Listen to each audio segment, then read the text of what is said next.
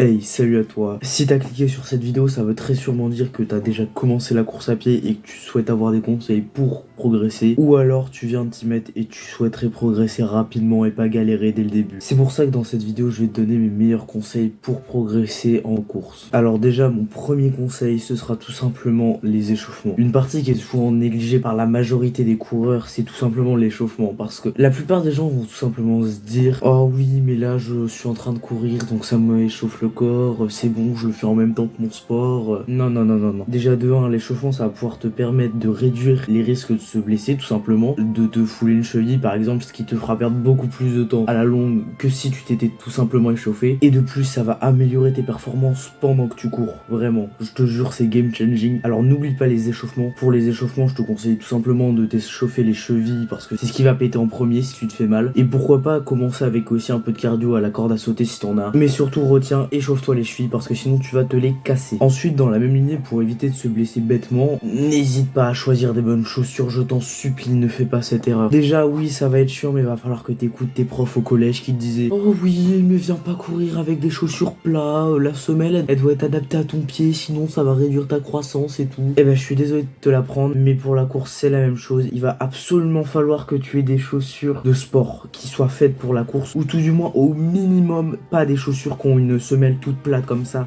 Parce que là, tu vas juste niquer les articulations et ça, tu vas te blesser. C'est vraiment juste nul, ça. Vraiment, évite absolument, je t'en supplie. Et puis, c'est pas obligé d'être des chaussures Nike à 180 balles ou je sais pas quoi. Non, juste, tu prends la base et tout. Je sais qu'en plus, il y en a sur Vinted et tout, tu peux aller voir. Non, franchement, prends la base, mais prends pas un truc qui est à place, s'il te plaît. Après ça, on va enchaîner sur le conseil qui porte sur la nutrition. Parce que je sais que là, on est les périodes des fêtes et tout, on va bien manger. Donc je sais que bon, oui, voilà, faut bien manger, hein, c'est l'esprit des fêtes et tout. On se fait plaisir, on mange plus que nécessaire. C'est la famille, c'est la famille. Mais du coup, le problème, c'est que, après le nouvel an, les gens, ils ont des résolutions. Donc, ils se mettent à aller courir pour aller perdre ce qu'ils ont mangé pendant les repas des fêtes. Sauf que, en fait, si jamais ils réduisent pas drastiquement leur repas qu'ils mangent avant d'aller courir, ils vont pas perdre de poids. Parce qu'en fait, le principe même d'une perte de poids, c'est juste perdre plus de calories que ce que tu ingères. Très grossièrement, c'est ça. Il y a d'autres facteurs qui rentrent en compte, mais 80% de ça, 80% de la perte de poids, c'est ça vraiment. Manger moins, dépenser plus. C'est pour ça que avant d'aller courir, je vous conseille vraiment de manger un truc léger, genre salade ou quoi, ou même juste de laisser du temps entre vos repas et vos courses. Vous pouvez très bien aller manger à midi, puis ensuite aller courir vers 16h, 17h. Après, libre à toi, ça dépend de ton emploi du temps. Je sais que tout le monde n'est pas disponible. Le conseil que je vais vous donner, c'est vraiment un conseil pour les gens qui débutent et ceux qui sont un peu avancés, mais pas trop. Le conseil, il va être très simple. Je vous en supplie, ne vous fixez pas comme objectif de tenir un putain de marathon en un an. Vous ne pourrez pas. Ça va juste vous démotiver parce que vous allez pas voir assez de progrès. Vraiment, à la longue, ce sera beaucoup plus rentable de simplement se dire: oh allez, je vais aller courir un 5 km en 30 minutes déjà. Si j'arrive à le faire d'ici 1 ou 2 mois, je suis fier de moi. Puis ensuite, après, je verrai pour me fixer un objectif plus grand. Ce sera beaucoup plus rapide et surtout, vous prendrez du plaisir à progresser que d'être tout le temps dans le rush de: oh mais non, j'ai une course dans 3 mois, là, je dois courir en semi-marathon. J'ai commencé il y a même pas 2 mois la course, mais qu'est-ce que j'ai fait? Tu as commencé la course il y a 2 mois, tu ne vas pas te mettre à courir des semi-marathons. C'est pas plus compliqué que ça en fait. Il faut du temps en fait pour progresser, juste réfléchissez. Ensuite, en parallèle du fait de vous fixer des objectifs réalistes, n'hésitez pas à varier les types d'entraînement, que ce soit du fractionné, donc c'est du courir à l'allure footing, puis ensuite taper un 100 mètres, 200 mètres en courant beaucoup plus vite, puis ensuite revenir à du 100, 200 mètres en footing, puis retaper une accélération, ou alors juste vous variez les surfaces sur lesquelles vous courez, genre que ce soit de l'herbe, du chemin de randonnée, du béton ou du bitume, enfin de la route en gros, ou même simplement du tapis de course, ça peut le faire aussi. Mais ne vous focalisez pas sur un seul des 4, essayez d'en avoir au moins 2-3, parce que en fait, lorsque vous ferez des courses, vous allez généralement pas rester que sur du bitume, que sur de la terre, que sur des chemins. Variez vraiment les terrains, parce que comme ça, vos pieds s'habitueront mieux, vous gagnerez plus en force, parce que du coup, vous saurez gérer, et vous réduirez les chances de vous blesser lorsque vous ferez des courses, etc.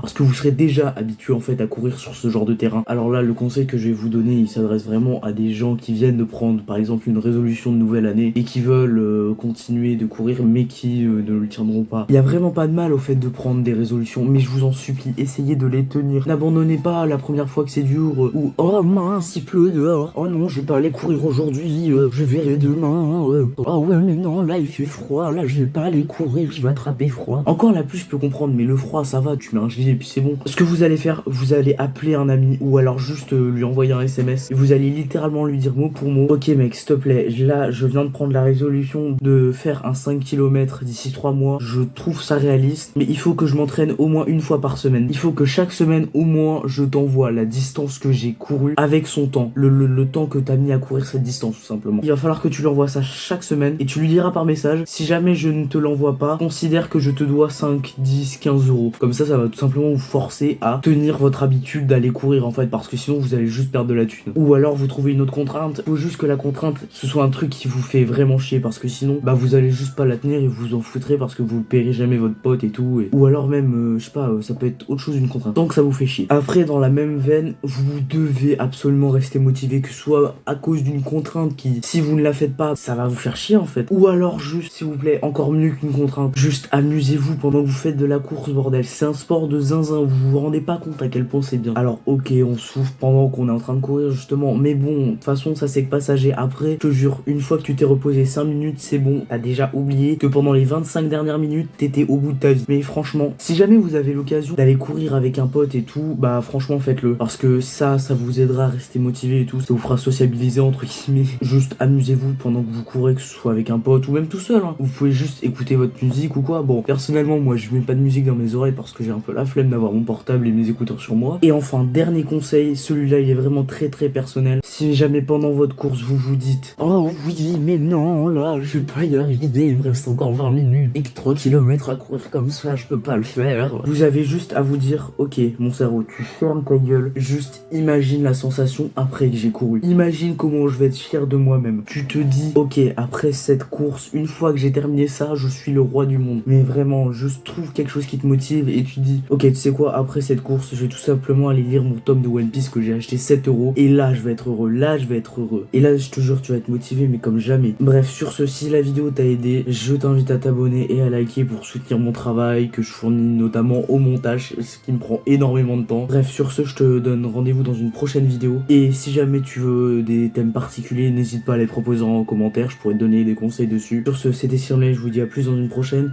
Ciao.